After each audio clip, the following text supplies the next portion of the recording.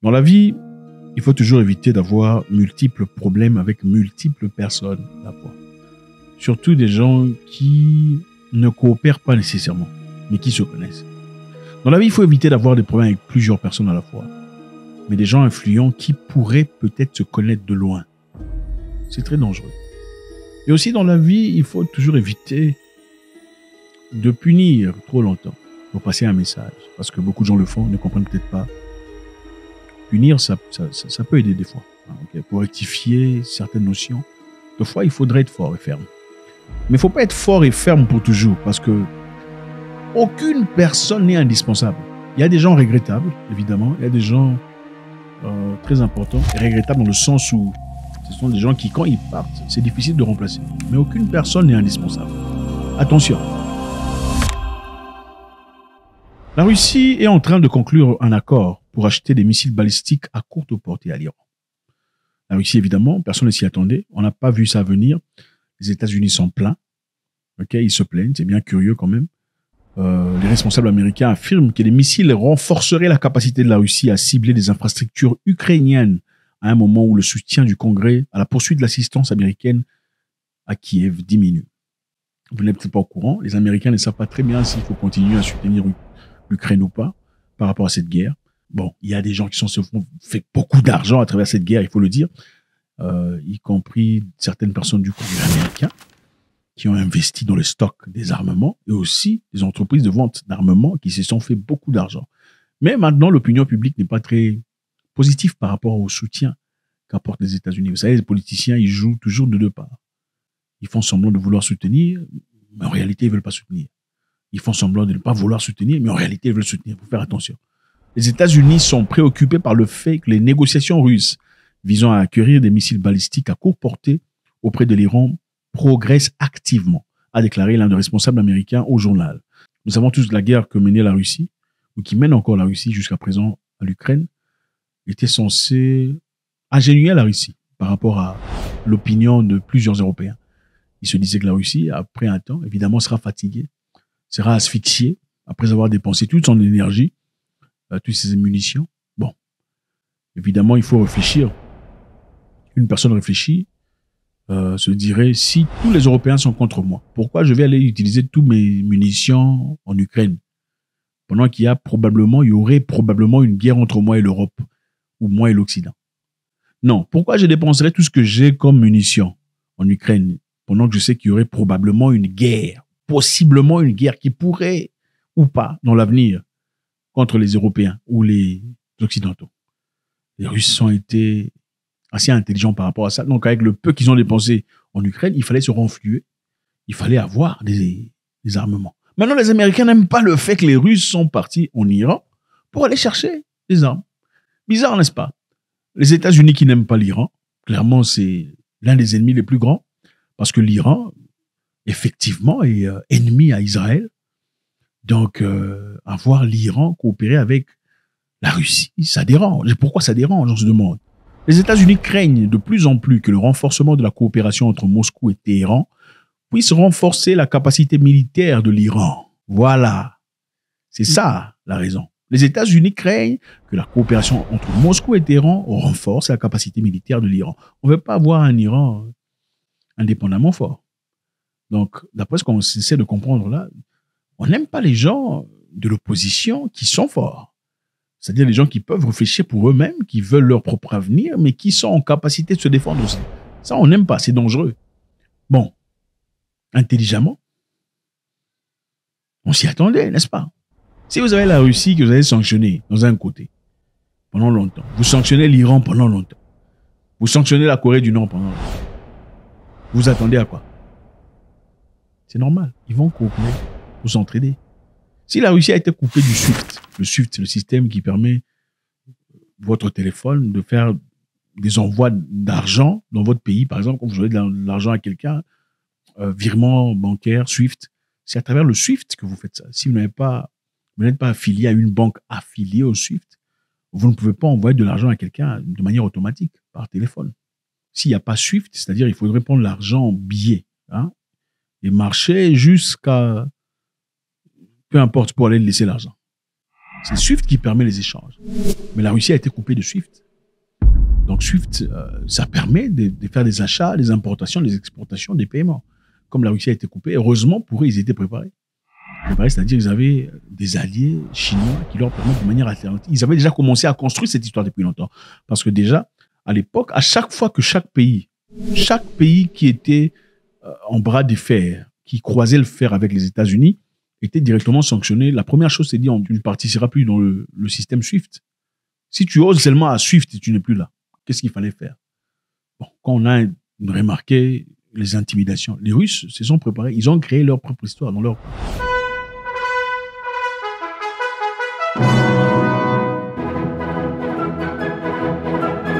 Впервые кэшбэк 10% от платежной системы МИР суммируется с кэшбэком банков, сохраняя все скидки и бонусы от магазинов. Платежная система МИР. Кэшбэк. Кэшбэков.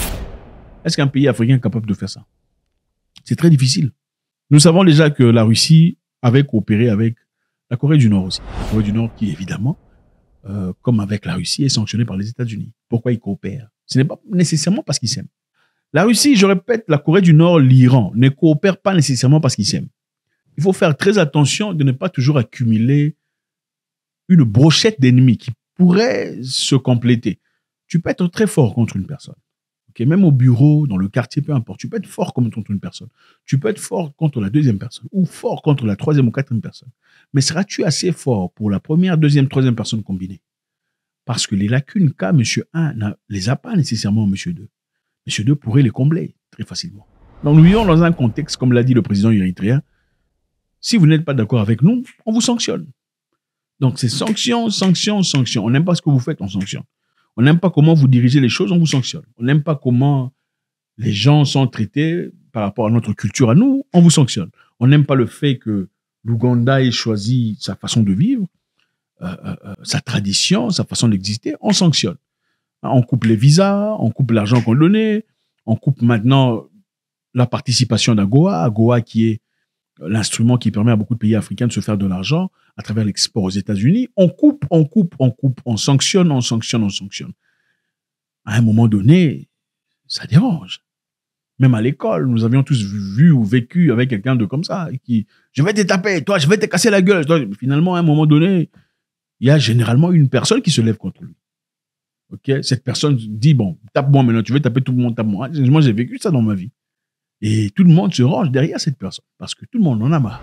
Un voyage durant lequel le chef suprême iranien, l'ayatollah Ali Khamenei, a déclaré que Téhéran et Moscou devaient rester vigilants contre ce qu'il qualifie de tromperie occidentale.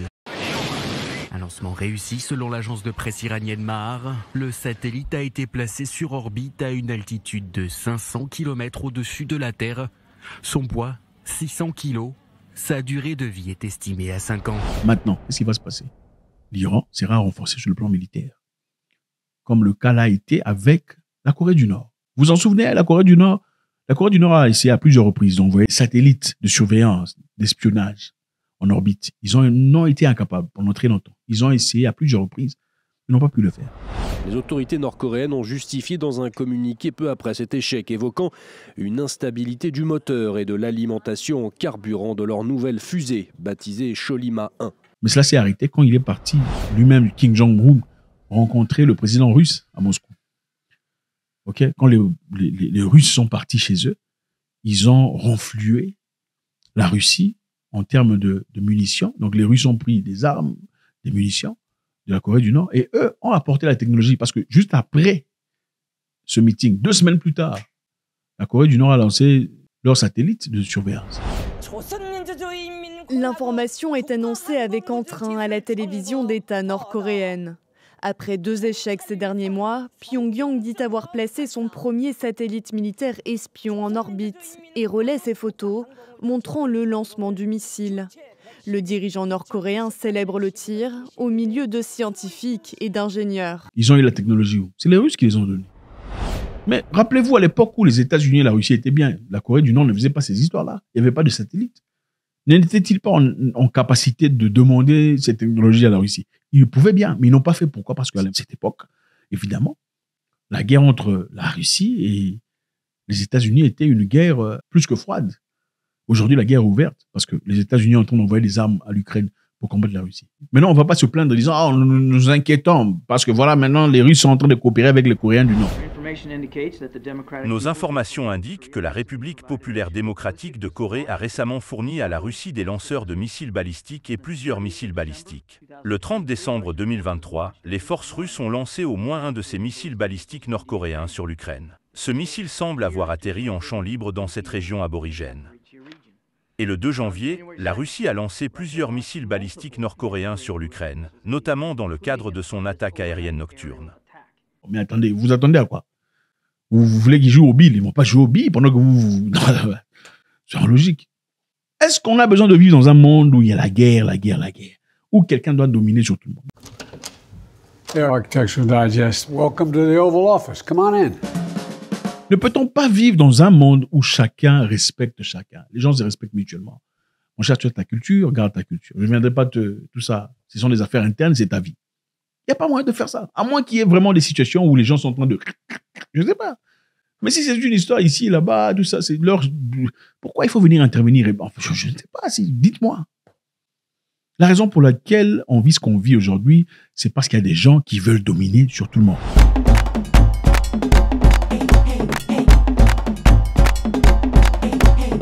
Cuba a été sanctionné depuis les années 60. Pourquoi? Aujourd'hui, au Cuba, il n'y a pas de Mercedes-Benz, il n'y a pas de Pajero, Ferrari, ça n'existe pas.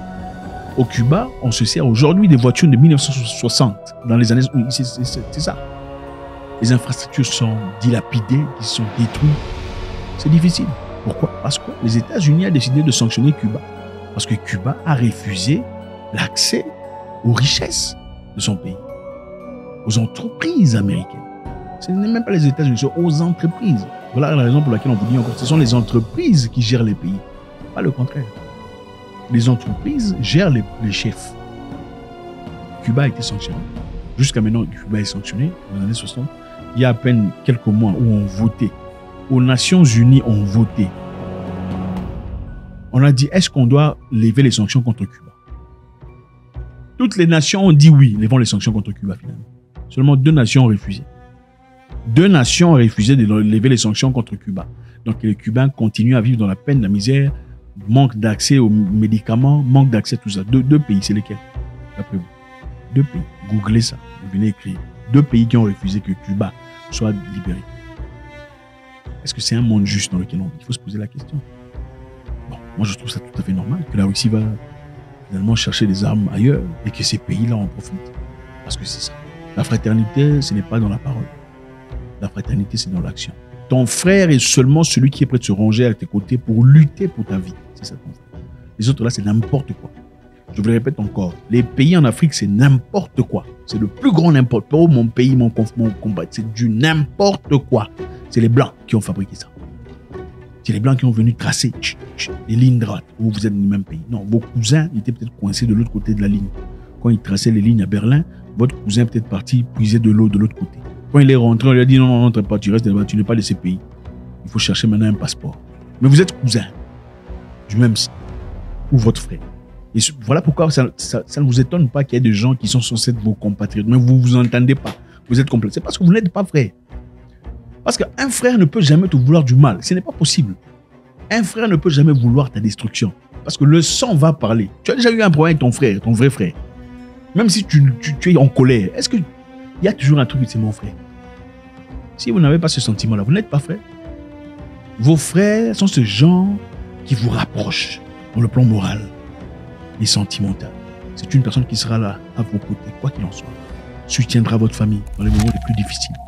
Soutiendra vos enfants si jamais vous étiez en incapacité totale. C'est ça vos frères. Ce n'est pas où on a les mêmes passeports. Quel passeport?